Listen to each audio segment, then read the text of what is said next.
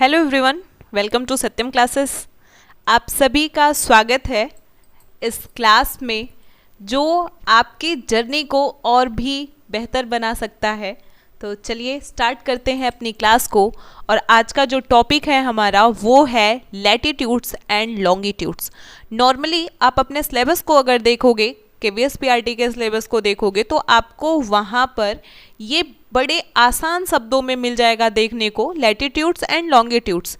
ठीक है, तो हमें इसे दो तरीके से पढ़ना है। जनरली पहले हम ये जानेंगे कि लैटिट्यूड्स एंड लॉन्गिट्यूड्स होते क्या हैं, देन हम इसके बारे में और भी जो कह सकते हैं कि इनके इफ़ेक्ट्स क्या होते हैं, किस तरीके से ये हमारे लिए बेनिफिशियल होते हैं, तो उनको भी हम जानने की कोशिश करेंगे। तो चलिए स्टार्ट करते हैं क्लास को।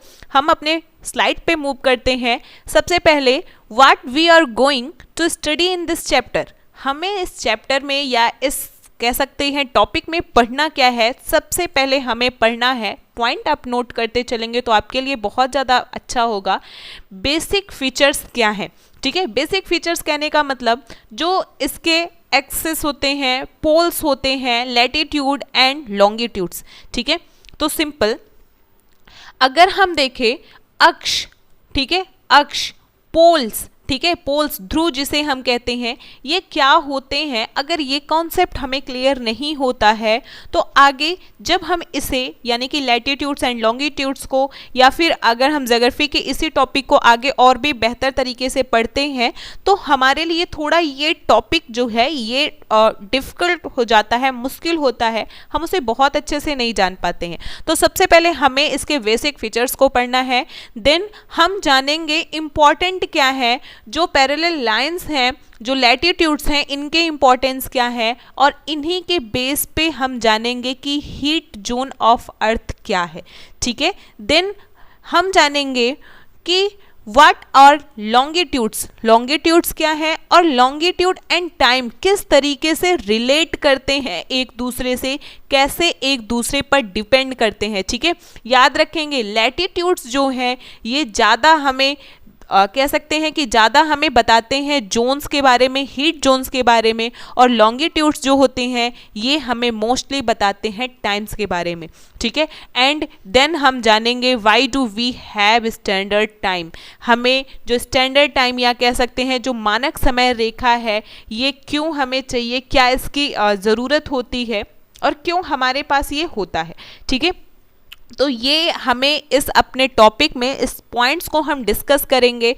तो चलिए मूव करते हैं नेक्स्ट स्लाइड पे। सबसे पहले आपके सामने एक नॉर्मल सा फिगर दिया गया है जो हमें बताता है एक्सिस, पोल्स एंड इक्वेटर के बारे में। ठीक है, तो सबसे पहले हम तीन चीज़ को जानेंगे कि एक्सिस क्या है, पोल्स क्या है और इक्वेटर क्या है। ठीक है, तो देखिए एक्सिस क्या होता है, जैसे मान लो कि आपने एक नॉर्मल सा लट्टू, बचपन में तो जो हम लोग एक धागे के थ्रू हम इसे नचाते थे, कुछ इस टाइप का होता था। ठीक है, इस टाइप का होता था। तो ये जो आप इसको देखोगे तो ये एक कील पर या कह सकते हैं एक नॉर्मल से जगह पर पॉइंट हो करके ये राउंड राउंड इस तरीके से घूमना या मूव करना स्टार्ट कर देता था। ठीक है, और एक टाइम पर ये पॉइंट सीधे होने के बाद धीरे धीरे धीरे धीरे क्या हो जाता था, झुक जाता था। ठीक है, धीरे धीरे झुक जाता था, और जैसे जैसे उसका मोशन जो है वो स्लो होता था वो उस तरीके से झुकता हुआ और पूरी तरीके से बंद हो जाता था। तो नॉर्मली हमको ऐसा लगता है कि जो पृथ्वी है वो बिल्कुल सीधी, ठीक है, मैं एक बात कह रही हूँ, नॉर्मली हमें लगता है, ठीक है, हमें ऐसा लगता है कि पृथ्वी सीधी क्या होती है, मूव करती है। लेकिन आपको पता होना चाहिए पृथ्वी पूरी सीधी मूव नहीं करती है। वो जो है वो थोड़ा सा इस तरीके से झुक करके, ये थोड़ा सा इस तरीके से झुक करके मूव करती है, और यही जो इसका झुकाव है, ठीक है, यही इसका जो झुकाव है वो कितना है, 23.5 डिग्री, यानी कि हम कह सकते हैं 23.5 अंश का इसका झुकाव है। ठीक है, कितने अंश का झुकाव है, 23.5 अंश का झुकाव है, और यही इसका क्या कहलाता है, यही हमारे अर्थ का एक्सिस है। अब आपके माइंड में एक कॉन्सेप्ट आना चाहिए कि जब अर्थ एकदम राउंड है, ठीक है, अर्थ एकदम राउंड है, ठीक है, तो ये तिरछा हो रहा है, सीधा हो रहा है, हमें कैसे पता चलेगा। तो जान लो जो अर्थ है वो एकदम राउंड नहीं है, ठीक है। ये जब आप ऊपर और नीचे अगर पोल्स पर आप देखोगे तो हल्की सी ये क्या है, चपटी है, और जब ये क्या होती है, ये थोड़ी टिल्टेड होती है, थोड़ी झुकती है, तो हमें पता चलता है कि इसका एक्सिस कितना है। इसका एक्सिस जो है वो 23 एंड हम कह सकते हैं हाफ डिग्री क्या है, ये झुका हुआ है, ठीक है। तो आई थिंक आपको समझ में आया होगा कि एक्सिस क्या है, ठीक है। दूसरा पॉइंट, अब एक्सिस के बाद हम जानेंगे पोल्स के बारे में। तो जो एक्सिस है, ठीक है, जो एक्सिस है आप उस पर अगर कभी ध्यान दोगे, एक फिर से अगर आप उस लट्टू को नचाओ और उस पर ध्यान दो, तो आपको ऊपर पॉइंट पर एकदम आपको लगता होगा कि जो सारी की सारी रेखाएं हैं, ठीक है, जो सारी की सारी रेखाएं हैं जो हमें उस टाइम पर लगती हैं कि शायद उस लट्टू पर हैं, लेकिन वास्तविक रूप से नहीं होती हैं, ठीक है। तो वो आपको एक जगह पर, एक पॉइंट पर आपको एक मिलती हुई दिखती होंगी, वही होता है पोल, वही होता है पोल। और हमने ये कैसे फाइनल कर दिया कि ये नॉर्थ पोल है एंड ये साउथ पोल है। तो आपको पता होना चाहिए जो सन है, जो सन है वो इस साइड से आता है, इस साइड से आता है। तो जब सन इधर से निकलेगा तो ये तो हमारा ईस्ट हो गया, देन ये क्या हो जाएगा, ये वेस्ट हो जाएगा, तो जाहिर सी बात है ये नॉर्थ हो जाएगा एंड ये साउथ हो जाएगा।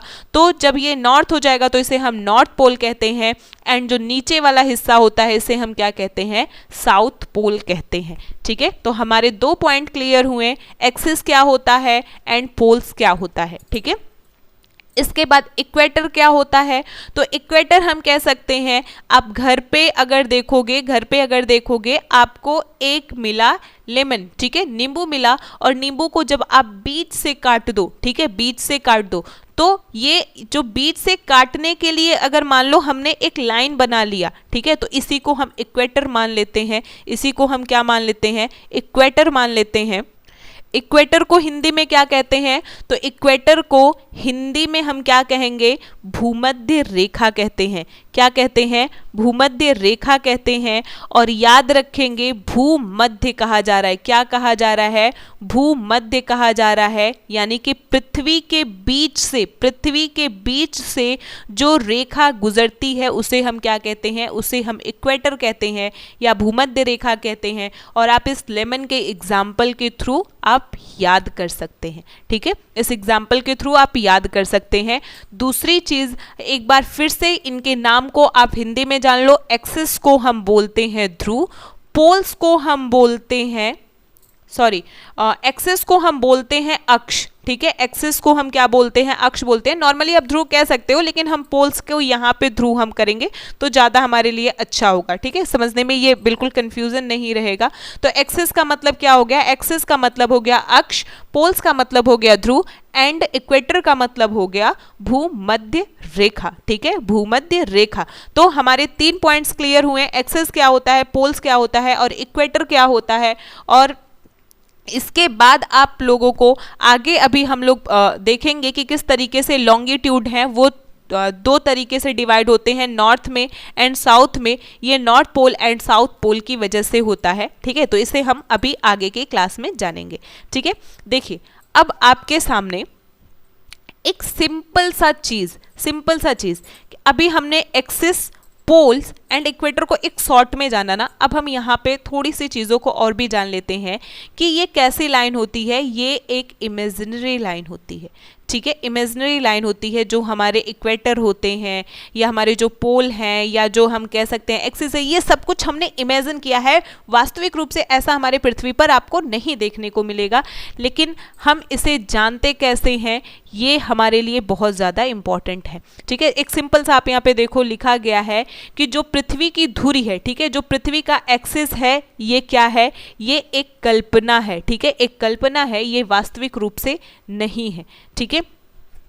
जब हम क्या करते हैं, 2 points on the globe through which the needle passes are two poles. ठीक है, हम क्या करते हैं कि जब ग्लोब पर दो बिंदु जिससे सुई गुजरती है उन दोनों को हम क्या कहते हैं, ध्रुव कहते हैं। जैसे मान लो कि हमने एक बॉल लिया और बॉल से हमने एक निडल को पास कर दिया, तो निडल को जो जहां से हमने पास किया वो ऊपर वाला क्या हो जाएगा, ऊपर वाला आपके हाथ में जो ऊपर की तरफ रहेगा उसे हम नॉर्थ पोल बोलेंगे, एंड नीचे की तरफ जो रहेगा उसे हम साउथ पोल बोलते हैं। ठीक है, फिर से वही बात को कहा गया है कि एक्सिस पोल से ये सब क्या है, ये सब इमेजिनरी लाइन होती हैं। और दूसरी चीज याद रखेंगे कि जो हमारी अर्थ है, आप देख सकते हो इसमें किस तरीके से ये मूव कर रहा है। हमारी जो अर्थ है ये हमेशा पश्चिम से पूरब की ओर गति करती है, यानी कि वेस्ट टू ईस्ट ये मूव करती है। बहुत ही इंपॉर्टेंट है, अगर आप वेस्ट टू ईस्ट मूव कराओगे तभी आपको north pole and south pole clear हो पाएगा। ठीक है, चलिए नेक्स्ट मूव करते हैं।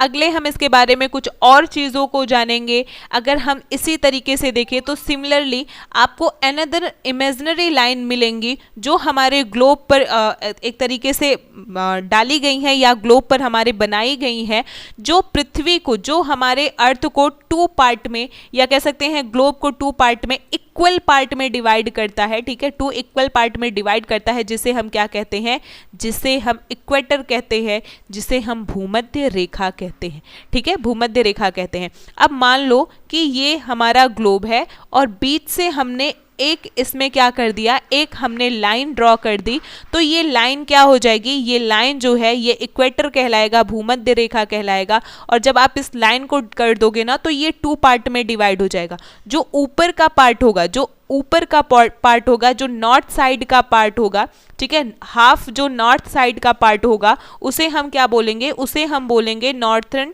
हेमिस्फीयर, यानी कि उसे हम उत्तरी गोलार्ध कहते हैं।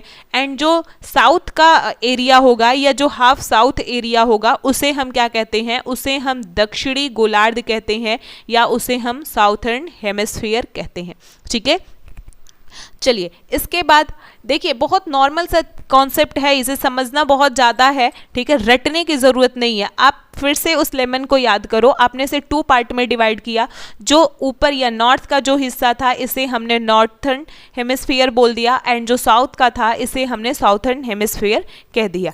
ठीक है, अब देखिए क्या होता है कि जो हमारा इक्वेटर है, ठीक है, जो इक्वेटर है, ऐसे हमारा ग्लोब हो गया, ग्लोब के बीच से हमने इक्वेटर रख दिया। अब इक्वेटर के ही पैरेलल, ठीक है, इसके पैरेलल, इसके समांतर ही ध्रुवों तक, क्योंकि अभी हम लोगों ने जाना यहाँ पे आपको एक मिलेगा पोल एंड एक पोल यहाँ पे मिलेगा, तो ये नॉर्थ पोल और ये साउथ पोल। तो इक्वेटर के समांतर उसके बराबर में ये रेखाएं जो लगातार खींची जाती हैं, ठीक है, जो समांतर रेखाएं खींची जाती हैं, जो पैरेलल लाइन खींचे जाते हैं, उसे हम क्या कहते हैं, उसे हम कहते हैं लैटिट्यूड। ठीक है, अर्थ पर लेट गई हैं जो रेखाएं, जो रेखाएं क्या कर गई हैं, लेट गई हैं, तो उसे हम बोलेंगे लैटिट्यूड्स, और हिंदी में उसे हम बोलते हैं अक्षांश रेखा। ठीक है, उसे हम क्या बोलते हैं, अक्षांश रेखा बोलते हैं।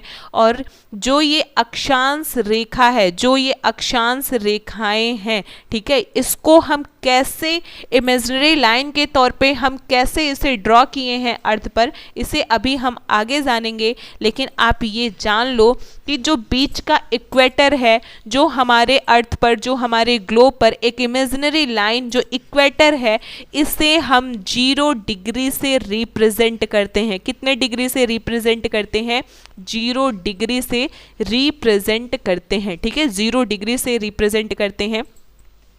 एंड जब हम देखेंगे इस 0 डिग्री से, ठीक है, इस 0 डिग्री से यानी कि इक्वेटर से जब हम देखेंगे, इक्वेटर से या भूमध्य रेखा से जब हम देखेंगे, तो भूमध्य रेखा और ध्रुव के बीच की जो दूरी होती है वो कितने डिग्री होती है, वो 90 डिग्री होती है। यानी कि यहाँ से यहाँ तक के जो हम कहेंगे वो 90 डिग्री होगा। ठीक है, एंड देन यहाँ से यहाँ तक जब हम साउथ साइड में आएंगे तो फिर ये 90 डिग्री होगा। ठीक है, तो आई थिंक आप लोगों को इतने कॉन्सेप्ट क्लियर हो गए होंगे कि इक्वेटर क्या है, और इक्वेटर में जो पैरेलल लाइन होते हैं उन्हें हम क्या कहते हैं, उन्हें हम लैटिट्यूड कहते हैं। और आपके एग्जाम में यहाँ से क्वेश्चन बनने के 100% चांसेस होते हैं, ठीक है। चलिए इसके बाद हम देखते हैं आगे, all such parallel latitudes are classified as north latitudes and south latitudes. हम ये जानेंगे कैसे, ठीक है, हम ये जानेंगे कैसे, अगर मान लो ये हमारा अर्थ है और हमने अभी आपको बताया ये 0 डिग्री है, 0 डिग्री से 90 डिग्री हम साउथ की तरफ एंड साउथ की तरफ 90 डिग्री, एंड फिर अगर हम देखें तो नॉर्थ की तरफ हम 90 डिग्री जाते हैं, ठीक है। हमने इसे जो हमारी पैरेलल लाइन है उन्हें हम 90 डिग्री दोनों साइड रखते हैं, लेकिन ये जो 90 डिग्री रखी जाती हैं इनको हम दो तरीके से रिप्रेजेंट करते हैं। इसे हम बोलते हैं उत्तरी अक्षांश, या हम इसे बोलते हैं नॉर्थ लैटिट्यूड एंड दक्षिणी अक्षांश, या इसे हम साउथ लैटिट्यूड्स कहते हैं। और रिप्रेजेंट करने का या दिखाने का तरीका क्या होता है, इसको हम दिखाते हैं एन और एस से, ठीक है। एन मतलब नॉर्थ एंड एस मतलब साउथ। ये हमारे लिए इंपॉर्टेंट क्या है, क्यों ये ज़रूरी होता है, तो आप देखोगे आपके एनसीईआरटी की बुक में 2 जगहें दिखाई गई हैं, एक जो इंडिया में है, एक जो भारत में है, महाराष्ट्र में चंद्रपुर है, और ब्राज़ील में एक जगह है, ब्राज़ील में एक जगह है जो बेलो होरिजोंटे है, ठीक है, बेलो होरिजोंटे है। ये दोनों 20 डिग्री पर हैं, कितने डिग्री पर हैं, 20 डिग्री पर। तो फिर अलग क्या है इसमें, हमारे माइंड में तो ये आना चाहिए, अच्छी बात है, ये तो दोनों 20 डिग्री पर हैं, लेकिन दोनों 20 डिग्री होने के बावजूद एक जो है ये 20 डिग्री साउथ में एंड एक क्या है 20 डिग्री नॉर्थ में है, यानी कि एक जगह 20 अंश दक्षिण में है और एक जो है वो 20 डिग्री नॉर्थ में है, ठीक है। तो अभी हम इसको जानेंगे कैसे, इसको हम थोड़ा आपको मैप के थ्रू समझा देंगे, लेकिन आप हमेशा जानोगे कि जैसे ही हम इक्वेटर से दूर जाते हैं, as we move away from the equator the size of the parallel latitudes decrease, यानी कि अगर ये हमारा ग्लोब हो गया और ग्लोब में ये हमारा इक्वेटर हो गया, तो इक्वेटर से हम जैसे जैसे हम कहाँ जाएंगे, पोल्स की तरफ जाएंगे, ये साइज क्या हो जाएगा, डिक्रीज होता जाता है, ठीक है। ये साइज, ये लाइंस, ये जो पैरेलल लाइंस है इनके साइज क्या हो जाएंगे, डिक्रीज हो जाएंगी, ठीक है। तो मोस्ट इंपॉर्टेंट है आपके यहाँ से क्वेश्चन जो है ये बन सकते हैं एग्जाम में कि अगर हम इक्वेटर से चल रहे हैं पोल्स की तरफ तो जो पैरेलल लाइंस है वो इंक्रीज होंगी या डिक्रीज होंगी। तो हमेशा याद रखेंगे अगर हम इक्वेटर से हम पोल्स की तरफ जा रहे हैं, इक्वेटर से हम पोल्स की तरफ जा रहे हैं तो लाइंस डिक्रीज होंगी, और पोल से इक्वेटर की तरफ आ रहे हैं तो लाइंस क्या होती हैं, उनकी जो लाइन की डिक्रीज एंड इंक्रीज क्या मतलब हो रहा है कि इनकी लंबाई छोटी और बड़ी होती रहती है, ठीक है।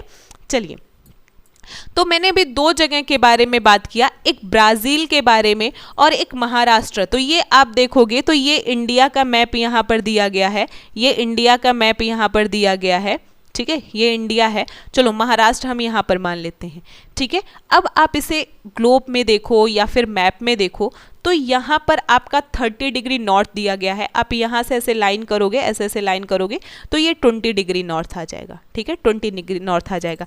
और यहाँ पर जो आप दूसरा जो कह सकते हैं ब्राज़ील का जो जगह दिया गया है वो 20 डिग्री पर है, ठीक है। कहाँ पर है, वो 20 डिग्री पर है, ठीक। ये रहा आपका 20 डिग्री, लेकिन आप देखो एक 20 डिग्री यहाँ पर है और एक 20 डिग्री यहाँ पर है, और इस 20 डिग्री इंडिया का जो 20 डिग्री महाराष्ट्र है वो नॉर्थ में है, एंड ब्राज़ील का वो जो स्थान है, ब्राज़ील का कौन सा स्थान दिया गया है, तो ब्राज़ील का आप बेलो याद रखो, ब्राज़ील का जो बेलो है वो कहाँ पर है, 20 डिग्री साउथ में है, ठीक है। तो मतलब हम लोगों ने समझा क्या, ये नॉर्थ एंड साउथ ये हो क्या रहा है, मैं कहना क्या चाहती हूँ आप इस पॉइंट को समझो।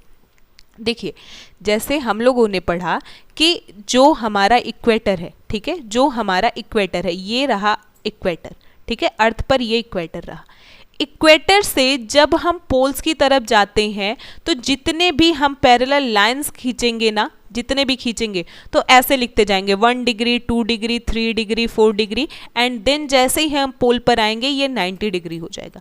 फिर इसी तरीके से इस साइड भी 1 डिग्री 2 डिग्री 3, इस तरीके से हम लिखते जाएंगे। तो यहाँ पर जब हम आएंगे तो यहाँ पर 90 डिग्री हो जाएगा, लेकिन ये जो नॉर्थ वाला एरिया है इस 90 डिग्री को हम नॉर्थ एन से रिप्रेजेंट करेंगे एंड ये 90 डिग्री को हम साउथ से रिप्रेजेंट करेंगे। ये हमारे लिए इम्पॉर्टेंट क्यों रखता है, क्योंकि ये दोनों समान है, ठीक है, 90 और 90 ये दोनों समान है, लेकिन आपको अगर किसी स्थान को दर्शाना है, किसी प्लेस को रिप्रेजेंट करना है तो उसके साथ हमें एन और एस दिखाना ज़रूरी है, ठीक है, एन और एस दिखाना ज़रूरी है, तभी हम मैप पर किसी भी प्लेस को अच्छे तरीके से हम खोज पाएंगे, ठीक है। तो आई थिंक आपको ये पॉइंट बहुत अच्छे से क्लियर हो गया होगा। चलिए अब थोड़ा सा जानते हैं लैटिट्यूड्स के बारे में, लैटिट्यूड पैरेलल के बारे में हम जानते हैं कि ये हमारा जो कह सकते हैं है पूरा मैप है, या जो ये अर्थ है या फिर ये जो ग्लोब है उस पर वो ड्रॉ कैसे होता है, ये बनता कैसे है, ठीक है, आराम से पढ़ेंगे। देखिए लिखा गया है the latitude of a place on the earth surface is a angular distance of that place measured from the center of the earth at the north or south meridian of the equator। यानी कि भूपृष्ठ पर किसी स्थान पर जो अक्षांश रेखाएं हम खींचते हैं वो क्या होता है, उस स्थान की कोणीय दूरी होती है। कैसी दूरी होती है, एंगुलर डिस्टेंस होता है। पॉइंट को आप लोग नोट करते चलिएगा, ये कैसा डिस्टेंस होता है, ये एंगुलर डिस्टेंस होता है। और ये कहाँ से मेजर्ड होता है, ये कहाँ से मापी जाती है, कहाँ से मापी जाती है, तो याद रखेंगे पृथ्वी के केंद्र से मापी जाती हैं। कहाँ से मापी जाती हैं, पृथ्वी के केंद्र से मापी जाती हैं। और एक ही अक्षांश पर स्थित स्थानों को मिलाने वाली रेखा को हम क्या कहते हैं, समानांतर कहते हैं, पैरेलल्स कहते हैं, ठीक है। चलिए इस पॉइंट को यहाँ से हम समझते हैं। जैसे मान लो कि ये अर्थ का, आप इसे अर्थ को 2D में इमेजिन करो, ठीक है, अर्थ को 2D में इमेजिन करो, तो ये आपका पूरा क्या हो जाएगा, एक ये सर्कल है। सर्कल में आपको पता है कि बीच में ये क्या होता है, सेंटर होता है, ठीक है, सेंटर होता है। अब आप एक क्या करो, आपको जब बनाना होता है कोण, ठीक है, कोण बनाना होता है इस तरीके से, ठीक है, तो आप क्या करते हो, आप कंपास का यूज़ करते हो, चांदा का यूज़ करते हो। तो चलो आप पहले 20 डिग्री इधर बना लो और फिर 20 डिग्री इधर बना लो, ठीक है, एक नॉर्मल, आप चलो इस तरीके से मान लो कि हमने इस तरीके से चांदे को रख दिया इस तरीके से, तो आप देखोगे ना उस पर इस तरीके से डिग्री बना होता है, 0 डिग्री, फिर 1 डिग्री, फिर यहाँ पे क्या हो जाएगा, यहाँ पे 15 डिग्री, 30 डिग्री, ठीक है, 60 डिग्री, इस तरीके से दिखाया रहता है। और ये 90 डिग्री दिखाता है, इस तरीके से दिखाता है ना, ये 90 डिग्री दिखाएगा। तो चलो हमने यहाँ पे 20 डिग्री मेज़र किया और फिर हमने यहाँ पर इस साइड भी हमने 20 डिग्री मेज़र किया, ठीक है। अब इन दोनों को जब हम 20 डिग्री से 20 डिग्री को मिला देते हैं तो ये क्या बनाती हैं, ये एक कह सकते हैं सर्कल बनाती है, एक वृत्त बनाती है। और याद रखेंगे ये हमने बनाया कैसे, ऐसे थोड़ी ना हमने लाइन खींच दिया, इसको हमने एक सेंटर से मान करके हमने ये एंगुलर डिस्टेंस लिया है, ठीक है, एक सेंटर से मान करके हम लोगों ने एंगुलर डिस्टेंस लिया है। तो अर्थ के साथ भी यही होता है, अर्थ के सेंटर को हम क्या मानते हैं, एंड जो अर्थ है उसके हम सेंटर को लेते हैं और वहीं से एंगुलर डिस्टेंस हम लेते हैं और वहीं से ये मापी जाती हैं, ठीक है, वहीं से ये मापी जाती हैं। और जो ये लैटिट्यूड्स होते हैं, जो लैटिट्यूड्स होते हैं, अगर हम उनको एक इंटरवल पर, ठीक है, 1 डिग्री के इंटरवल पर, 1 डिग्री के अंतराल पर हम खींचते हैं तो याद रखेंगे उत्तरी गोलार्ध एवं दक्षिणी गोलार्ध दोनों में 89, ठीक है, दोनों में 89 पैरेलल्स ऑफ लैटिट्यूड होंगे, दोनों में 89 अक्षांश समांतर होती हैं, ठीक है। अब इस पॉइंट का कहने का मतलब क्या है, आपने अर्थ को लिया, ठीक है, आपने सच में तो हम अर्थ को नहीं ले सकते, जनरली हमें पता है, तो हम मान लेते हैं कि हमने ग्लोब को लिया, ठीक है, ग्लोब एक मॉडल है अर्थ का। तो आपने यहाँ पे बीच में इक्वेटर रखा, 0 डिग्री रखा आपने, और 0 डिग्री से आपको कहाँ जाना है, आप अगर एक एक डिग्री के डिस्टेंस पर अगर आप बनाते रहते हो, इस तरीके से पैरेलल्स लाइन बनाते हो, तो ये जो नॉर्थ एरिया है यहाँ पर कितने बनेंगे, तो 89 लाइन्स होंगी, ठीक है, लाइन की बात कही जा रही है। एंड देन साउथ में कितनी लाइन्स होगी, 89 जो लाइन्स होंगी। क्योंकि ये जो 90 हो जाता है, ये लाइन कहाँ रह जाता है, ये तो पॉइंट में आ जाता है। तो पॉइंट को हम थोड़ी ना कभी लाइन काउंट करते हैं, क्योंकि हमें पता है कि बहुत सारे डॉट्स को हम मिलाते हैं तब ये लाइन ड्रॉ होती है, ठीक है, सिर्फ एक डॉट से लाइन कभी नहीं बनता है। तो 90 डिग्री तो एक डॉट हो गया, तो वो लाइन कहाँ रह गया। तो याद रखेंगे कि हमारा जो उत्तरी गोलार्ध है, ठीक है, नॉर्थर्न हेमिस्फीयर है एंड देन साउथ हेमिस्फीयर है, दोनों में 89 एंड 89 मतलब इक्वल, दोनों में इक्वल 89 पैरेलल्स ऑफ लैटिट्यूड देखने को मिलते हैं। और इस तरीके से अगर इस तरीके से हम देखें तो हमारा जो इक्वेटर है, इनको ले करके टोटल लैटिट्यूड्स जो होते हैं 179 होते हैं। कितने होते हैं, 179 होते हैं। 89 जो हो गया ये नॉर्थ का हो गया, 89 जो हो गया ये साउथ का हो गया। तो दोनों को आप ऐड करोगे तो कितना हो जाएगा, दोनों को ऐड करोगे तो 178 हो रहा है। लेकिन हमने बोला कि हम क्या करेंगे, इक्वेटर को भी ऐड करेंगे। तो 1 इक्वेटर है, 0 डिग्री 1 है, आप इसको ऐड करोगे तो कितना हो जाएगा, 179 हो जाएगा। यानी कि टोटल जो है वो लैटिट्यूड अगर हम उनको नंबर्स में देखें तो 179 होगा, ठीक है। चलिए अब इसके बाद जो हमारा अर्थ है, ठीक है, जो हमारा ग्लोब है या जो हमारा मैप है, इसमें 4 ऐसे लैटिट्यूड्स होते हैं जो मोस्ट इम्पॉर्टेंट होते हैं हमारे लिए। वो कौन कौन से होंगे उसे हम जान लेते हैं। इम्पॉर्टेंट पैरेलल्स ऑफ लैटिट्यूड्स कौन कौन से हैं इसे हम जान लेते हैं। देखिए लिखा गया है कि अगर हम देखें इक्वेटर को, अगर हम 0 डिग्री को देखें या भूमध्य रेखा को देखें तो उसके पास उत्तरी ध्रुव 90 डिग्री जो है और दक्षिणी ध्रुव जो 90 डिग्री है, ठीक है। चलो तो ये तो हमें समझ में आ गया। तो एक तो हमारा कह सकते हैं इक्वेटर हो गया, दूसरा जो नॉर्थ पोल है एंड जो साउथ पोल है, इसको तो हमने बहुत अच्छे तरीके से जान लिया, ये हम जान गए क्या होता है। लेकिन इसके बाद जो 4 इंपॉर्टेंट और लैटिट्यूड है वो कौन कौन से होते हैं, तो इसे हम देखेंगे। देखिए इसके बाद इक्वेटर के बाद अभी हम लोग बोले कि अगर 1 डिग्री के इंटरवल पर हम खींचे, कोई भी अगर हम लैटिट्यूड बना रहे हैं 1 डिग्री के इंटरवल पे, तो कोई ज़रूरी थोड़ी ना कि हम 1 डिग्री के इंटरवल पर ही बनाएं, हम हाफ डिग्री का भी इंटरवल ले सकते हैं, उससे भी कम हम इंटरवल ले सकते हैं, ठीक है, इस तरीके से भी तो हो सकता है। तो ये जो लाइन आप लाइन देखेंगे इक्वेटर से, जब हम इक्वेटर से बढ़ते हैं नॉर्थ की तरफ, ठीक है, नॉर्थ की तरफ, तो 23.5, ठीक है, जिसे हम 23.5 अंश कहेंगे। एंड फिर जब हम साउथ की तरफ आएंगे तो भी हम क्या करेंगे, तो भी हम 23.5 हम देखेंगे, ठीक है। तो 23.5 साउथ जो है एंड 23.5 जो नॉर्थ है, ठीक है, इसे हम क्या कहते हैं, तो जो 23.5 नॉर्थ है इसे हम बोलते हैं कर्क रेखा। इसे हम क्या कहते हैं, कर्क रेखा कहते हैं, ट्रॉपिक ऑफ कैंसर कहते हैं। ये नॉर्थर्न हेमिस्फीयर में पड़ेगा, याद रखेंगे ट्रॉपिक ऑफ कैंसर जो है ये नॉर्थर्न हेमिस्फीयर में होगा। एंड जो साउथ में 23.5 हमने देखा है ये साउथर्न हेमिस्फीयर में होगा, और इसे हम ट्रॉपिक ऑफ कैप्रिकॉर्न बोलते हैं, इसे हम मकर रेखा कहते हैं, ठीक है। तो ये बहुत ही इंपॉर्टेंट है, पूछा जा सकता है आपसे कि जो ट्रॉपिक ऑफ कैप्रिकॉर्न है वो कितने डिग्री है, तो याद रखेंगे 23.5 बट साउथ, ठीक है, लेकिन कहाँ रहेगा, साउथ रहेगा। एंड ट्रॉपिक ऑफ कैंसर की बात करें तो 23.5 नॉर्थ होगा, ठीक है। और इसके बाद फिर हम देन बढ़ेंगे नॉर्थ की साइड में, एंड नॉर्थ के साइड में हम जब जाएंगे तो 66.5 डिग्री जो है नॉर्थ में पड़ेगा। इसे हम आर्कटिक सर्कल बोलते हैं, इसे हम क्या कहते हैं, आर्कटिक सर्कल कहते हैं। एंड देन अगर हम 66.5 साउथ की तरफ आते हैं तो इसे हम अंटार्कटिक का या अंटार्कटिक सर्कल कहते हैं, ठीक है।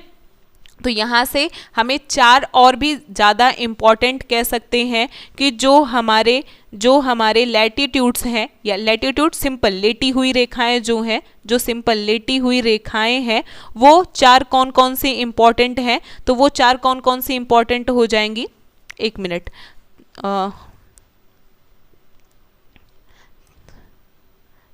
वेट कर लीजिए, फिर हम बता रहे हैं। चलिए, तो वो 4 कौन कौन सी हो जाएंगी अभी हमने पढ़ा है। तो सबसे पहले 0 डिग्री तो हो गया, 0 डिग्री हम जान लिए, ठीक है, 0 डिग्री हम जान लिए। इसके बाद क्या हो गया, 90 डिग्री हो गया नॉर्थ, एंड 90 डिग्री क्या हो गया साउथ। ये तो हो गया, ये तो तीनों नॉर्मल चीज़ है। लेकिन 4 कौन कौन सी हो गई, तो सबसे पहले हो गया ट्रॉपिक ऑफ कैंसर, यानी कि ट्रॉपिक ऑफ कैंसर पहला इंपॉर्टेंट, दूसरा ट्रॉपिक ऑफ कैप्रिकॉर्न दूसरा इंपॉर्टेंट, तीसरा आर्कटिक सर्कल हो जाएगा, ठीक है, आर्कटिक सर्कल हो जाएगा, एंड चौथा क्या हो जाएगा, अंटार्कटिक सर्कल हो जाएगा, ठीक है, चौथा क्या हो जाएगा, अंटार्कटिक सर्कल हो जाएगा। आप इनके कितने कह सकते हैं, कितने एंगल है, कितने डिग्री हैं, ये याद रखना बहुत ज़्यादा ज़रूरी है, ठीक है, बहुत ज़्यादा ज़रूरी है। कर्क रेखा, मकर रेखा, और उसके बाद आर्कटिक वृत्त और अंटार्कटिक वृत्त, ये याद रखना ज़रूरी है। ये हमारे लिए इम्पॉर्टेंट क्यों है, क्वेश्चन मार्क, ठीक है, क्वेश्चन मार्क क्यों, क्योंकि मैंने आपको बार बार ये बोला कि ये क्या है, ये बहुत ही इंपॉर्टेंट है हमारे लिए, ये लैटिट्यूड्स हमारे लिए बहुत इंपॉर्टेंट हैं। क्यों इंपॉर्टेंट है, बिकॉज ऑफ हीट जोन की वजह से, ठीक है, किसकी वजह से, हीट जोन की वजह से ये हमारे लिए इंपॉर्टेंट है। हीट जोन कैसे हो जाएगा, तो देखिए, जब आप अपने मैप को देखोगे, आप एक नॉर्मल सा एक उठा लो ग्लोब, ठीक है, आप एक ग्लोब उठा लो, तो जब आप ग्लोब पर देखोगे ना, ग्लोब पर देखोगे तो आपको बीच का ये जो एरिया मिलेगा, ठीक है, बीच का एक एरिया जो हमने अभी पढ़ा 23.5 नॉर्थ, जो हमने पढ़ा है, नॉर्थ पढ़ा है, जिसे हम ट्रॉपिक ऑफ कैंसर कह रहे थे, एंड ट्रॉपिक ऑफ कैप्रिकॉर्न जो साउथ 20.5 जो साउथ है, ठीक है, जिसे हम ट्रॉपिक ऑफ कैप्रिकॉर्न कह रहे थे। ये पूरी तरीके से क्या होता है, टोरेड होता है, उष्ण होता है, गर्म होता है। कैसे, आप एक बॉल लो, आप एक ग्लोब लो, तो आपको बीच का वो उभरा हुआ एरिया ज़्यादा दिखेगा, ठीक है, बीच का उभरा हुआ एरिया ज़्यादा दिखेगा। जैसे मान लो कि हमने एक ग्लोब लिया, तो ये वाला एरिया जो होता है ना, ये आपको बीच का ज़्यादा हुआ उभरा दिखेगा। तो जो सनलाइट होगी, अगर सन यहाँ पर है, सनलाइट जो होगी वो बहुत कम डिस्टेंस में, बहुत कम दूरी में यहाँ तक पहुँच जाएगी, और जैसे जैसे ये पोल्स की तरफ जाएगी, इन लाइट्स की जो डिस्टेंस होगी, पढ़ने के लिए जो दूरी उनको चलनी पड़ेगी, वो ज़्यादा देर में आएंगी, ठीक है। तो आप अगर एक लाइट के पास बैठे हो तो आपको हीट ज़्यादा फील होता होगा, लेकिन आपकी डिस्टेंस जैसे बढ़ती है हीट कम हो जाता है, ठीक है। तो इसीलिए ये बहुत ज़्यादा इम्पॉर्टेंट है हमारे लिए, Tropic of Cancer, Tropic of Capricorn, Arctic Circle and Antarctic Circle, because क्योंकि ये हमें हीट जोन को रिप्रेजेंट करते हैं। तो याद रखेंगे कि ट्रॉपिक ऑफ कैंसर से लेकर के ट्रॉपिक ऑफ कैप्रिकॉर्न के बीच का जो एरिया होता है, ये पूरी तरीके से गर्म होता है। देन अगर फिर हम आगे बढ़े तो ट्रॉपिक ऑफ कैंसर से लेकर के आर्कटिक सर्कल यानी कि 66.5 डिग्री नॉर्थ की बात हम कर रहे हैं। ये एरिया कैसा होता है, ये एरिया टेम्परेट होता है, यानी कि शीतोष्ण होता है। शीतोष्ण कहने का मतलब, टेम्परेट कहने का मतलब थोड़ा सा गर्म और थोड़ा सा ठंडा, ठीक है। और उसी तरीके से जब हम ट्रॉपिक ऑफ कैप्रिकॉर्न से लेकर के अंटार्कटिक सर्कल के बीच में आते हैं, यानी कि 66.5 डिग्री साउथ की तरफ आते हैं, तो ये एरिया यानी कि 23.5 साउथ से लेकर के 66.5 साउथ के बीच का जो एरिया होता है, ये पूरी तरीके से टेम्परेट होता है, यानी कि शीतोष्ण होता है, थोड़ा सा गर्म और थोड़ा सा ठंडा, ठीक है।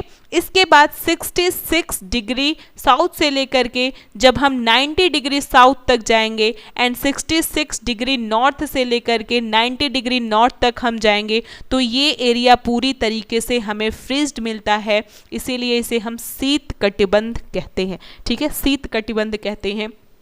अब आई थिंक आपको समझ में आया होगा कि ये जो हमारे लैटिट्यूड्स होते हैं वो ज़रूरी क्यों होते हैं। तो याद रखेंगे कि किसी भी प्लेस को, किसी भी स्थान को रिप्रेजेंट करने के लिए ये ज़रूरी है। और साथ में हम कह सकते हैं ये हमारे अर्थ के हीट जोन को दिखाते हैं, ठीक है, हीट जोन्स को रिप्रेजेंट करते हैं। और हीट जोन को जानना हमारे लिए ज़रूरी क्यों है, क्योंकि जब हम अर्थ के हीट जोन को जान लेते हैं तो हमें वहाँ का टेम्परेचर पता चल जाता है, वहाँ पर मौसम कैसा होगा ये हमें पता चल जाता है।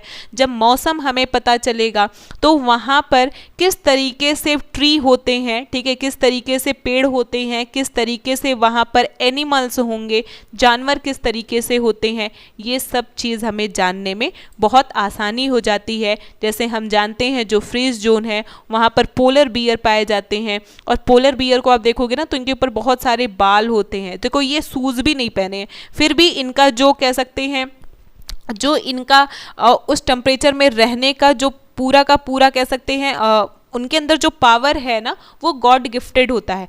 तो हम किसी भी जानवर को, किसी भी एनिमल को, किसी भी पेड़ को, किसी भी कह सकते हैं वहाँ के एनीथिंग, किसी भी जलवायु को जानने के लिए ये जो हीट जोन होते हैं वो बहुत ज़्यादा ज़रूरी होते हैं। और हीट जोन को हम तभी बहुत अच्छी तरीके से जान पाएंगे जब हम जानेंगे लैटिट्यूड्स को। तो आई थिंक ये सारे पॉइंट लैटिट्यूड से संबंधित या कह सकते हैं इससे रिलेटेड लैटिट्यूड से सारे पॉइंट आपको क्लियर हुए होंगे। इसके बाद हम सेकंड वीडियो में पढ़ेंगे